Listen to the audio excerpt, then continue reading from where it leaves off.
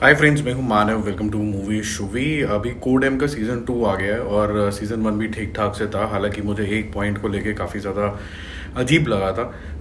लेकिन एक बात तो सच है कि अगर आपको इस तरीके का वर्ल्ड बनाना है जो कि मेन से घिरा हुआ है तो आपको बहुत स्ट्रॉन्ग वुमेन लीड चाहिए होता है। और यहाँ पर आपको जेनिफर विंगेट का जो रोल है एज आर्मी ऑफिसर आपको बहुत बढ़िया लगा था। हम थोड़ा सा बैक एंड फोर्थ भी करेंगे सीज़न 1 और सीज़न 2 का लिंकेज निकालने के लिए इस रिव्यू के लिए, क्योंकि जो जो चीज़ें हमें बताई गई थी सीज़न 1 के अंदर कि ये इस तरीके की इन्वेस्टिगेशन सीरीज़ है, वो उसी फिलॉसफी के ऊपर सीज़न 2 के अंदर भी जाती है। तो हम इस तरीके से चलते हैं कि हमें क्या अच्छा लगा था सीज़न 1 के अंदर, और सीज़न 2 के अंदर क्या वो चीज़ें कंटिन्यूड होती हैं कि नहीं होती हैं, क्या सीज़न 2 उससे बेटर हो जाता है कि नहीं हो जाता है। जहाँ पर हमने मेजर मोनिका मेहरा को देखा था जो जेनिफर विंगेट ने प्ले किया था, तो काफ़ी ज़्यादा आपको एक अपराइट पर्पस ओरिएंटेड देशभक्त मोनिका मेहरा का रोल दिखा था, मेजर मोनिका का, जो आपको काफ़ी ज़्यादा पसंद आया था। लीगल काउंसिल तरुण विरमानी का भी जो रोल था अंगद का, वो भी आपको काफ़ी ज़्यादा पसंद आया। साथ ही साथ में मुझे तो रजत कपूर का जो रोल था एज सूर्यवीर चौहान, और एंड में जो कुछ निकलता है, क्योंकि बहुत से लोगों ने शायद कोडेम ना देखी हो सीज़न 1, देख लें, इनका भी बहुत इंपॉर्टेंट रोल है। और फिर मेजर शक्ति का जो रोल है अलकेश कपूर का, वो भी मुझे काफ़ी ज़्यादा अच्छा लगा था। इनफैक्ट ये तो मुझे सबसे ज़्यादा सरप्राइज़ किया था, क्योंकि अगर जेनिफर विंगेट जो कि ऑलवेज इन कमांड थी पूरे सीज़न की, अगर कोई दूसरा जना था जो बिल्कुल अपने रोल को बिल्कुल उस तरीके से कर पाया जो शक की सुई इधर उधर कर पा रहा था, या फिर आप कह सकते हैं कि देशभक्त तरीके से उसका पोर्ट्रेयल था, फिर आगे क्या कुछ निकलता है, यही सब चीज़ें आप बहुत अच्छे तरीके से उनकी एक्टिंग का डेमोन्स्ट्रेशन देखते हो। बहरहाल जो ये सीरीज़ है उसके अंडरलाइन जो करंट थी वो ये थी कि ये हु इज़ डन इट के जोन के अंदर जाता है, जहाँ 2 टेररिस्ट और एक आर्मी ऑफिसर किल हो जाता है। कंट्रोवर्सी क्रिएट हो जाती है, क्या वो टेररिस्ट थे कि भी नहीं थे, और ये जो आर्मी ऑफिसर मर गया है, ये इसको किसने मारा है, ये जेन्युइन एनकाउंटर था, फेक था, जिसके चक्कर में मोनिका को ये सारा केस सॉल्व करना होता है। और ये जिस तरीके से आर्मी डेकोरम दिखाया गया है वो आपको अच्छा दिखता है, और जो जिस तरीके से प्रोसीडिंग्स चलती हैं वो आपको अच्छी लगती है। कोड एम का मतलब आपको समझ में आना शुरू होता है। जोधपुर राजस्थान की जो मिस्ट्री है उसको अच्छे से कैप्चर किया गया, जो आपको धीरे धीरे जो अनवीलिंग है उसको सपोर्ट करने लग जाती है, जो आपको सीज़न 2 के अंदर भी दिखने वाला है। जो कि शॉर्ट एपिसोड अपने पहले देखे थे वही फॉर्मेट यहाँ पर रखा गया।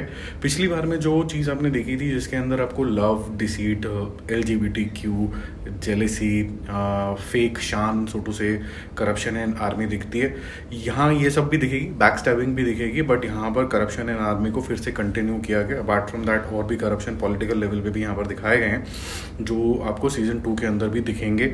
बट जिस तरीके का आर्मी का पोर्ट्रेयल था करप्शन वाला, वो हमें यूजुअली हमने इस तरीके से आर्मी को कंज्यूम नहीं किया। हम बड़े रिस्पेक्टफुली उसको देखते हैं, तो थोड़ा सा कई बार लगता है यार आर्मी भी वैसे ही है क्या जैसे पुलिस है, तो वो थोड़ा सा डाउट क्रिएट होता है। कुछ लोगों को सिर्फ इसी वजह से पसंद नहीं आई थी। दूसरा जो रीज़न लोगों को नहीं पसंद आया था वो था कि इसके पुअर CGI वगैरह, जब बम बम फट रहे हैं, गाड़ी वाड़ी के सीन है, वो थोड़े से अजीब लगते हैं। अब सीज़न 2 के अंदर भी इसी तरीके की चीज़ रखी गई है कि 20 से 25 मिनट के आपके एपिसोड होंगे, बहुत तेज़ तेज़ चलते हैं। कहानी जोधपुर से शिफ्ट होकर आपकी पुणे मुंबई में आ जाती है। मिलिट्री इन्वेस्टिगेशन फिर से कंटिन्यूड होती है। मैडम की प्रमोशन हो गया, लेकिन उनका जो फैमिली अफेयर है थोड़ा अनस्टेबल है, जो आप फिगर आउट करोगे, और वो कैसे केस के ऊपर इन्फ्लुएंस करता है। और इस बार इन्वेस्टिगेशन हो रही है CM जोशी के ऊपर, जो अटैक हुआ वो क्यों हुआ है, और कौन लोग हैं जिन्होंने ये जो अटेंटिव मर्डर अटैक जो है वो किया है, और क्या क्या करप्शन निकल के आती है। आर्मी की करप्शन तो ऑब्वियसली एक अंडरलाइन करंट है ही है, इसके अलावा और क्या क्या निकल के आती है। और जो सबसे अच्छी बात आपको इन एपिसोड्स में लगेगी कि एक तो वैसे ही 20-25 मिनट के हैं, दूसरा जो रेस अगेंस्ट टाइम है ना, कि भाई मोनिका को बोला गया है कि फटाफट से कर लो, otherwise as a routine work ये CBI को चला जाएगा। तो अब उसको फटाफट से एक केस भी सॉल्व करना है, उसके कुछ पास्ट हैं जो निकल के आते हैं, जो केस से लिंक्ड है, जो कि इंटरेस्टिंग ट्विस्ट हो जाता है। वो मुझे लगा काफ़ी इंटरेस्टिंग चीज़ है। साथ ही साथ में जो चीज़ मैंने पिछली बार मिस करी थी वो ये था कि कुछ कुछ कैरेक्टर्स इस तरीके के थे जहाँ पर आपको लगता है कि इनको थोड़ा और स्क्रीन टाइम मिलना चाहिए था। जैसे तरुण विरवानी का रोल, यहाँ पर उसको थोड़ा ज़्यादा रोल मिला है और बहुत जस्टिफाइड तरीके का रोल मिला है। कुल मिला के अगर आप इसको आर्मी अफेयर्स को अगर हटा दें और देखें कि हु इज़ डन इट वाली ये सीरीज़ है, सेटिस्फाइंग है कि नहीं है, तो मैं बोलूँगा हाँ है। इंगेजिंग भी है, फास्ट पेस भी है, एक्टिंग भी सबकी बहुत बढ़िया है।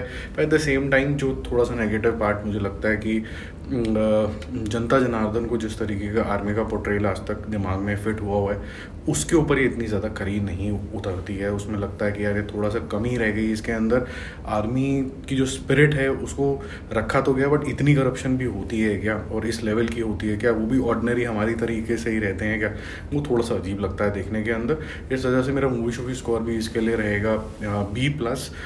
ऐसी कोई मिस्ट्रीज़ नहीं है जो आपने शायद पहले ना देखी हो, आपने देखी होंगी इस तरीके की चीज़ें, तो ऐसा नहीं है कि बहुत ज़्यादा डिफरेंशिएटेड है। हाँ, एंड में इस तरीके से छोड़ा गया इस बारी कि इसका सीज़न 3 भी ज़रूर बनेगा, क्योंकि सीज़न 1 में तो बिल्कुल ही एंड ही हो गया था, तो आपको ऐसा लग नहीं रहा था कि सीज़न 2 में क्या दिखाया जाएगा, तो उस तरीके का है। तो हम जल्दी मिलते हैं एक और रिव्यू के साथ। Don't forget to subscribe the channel.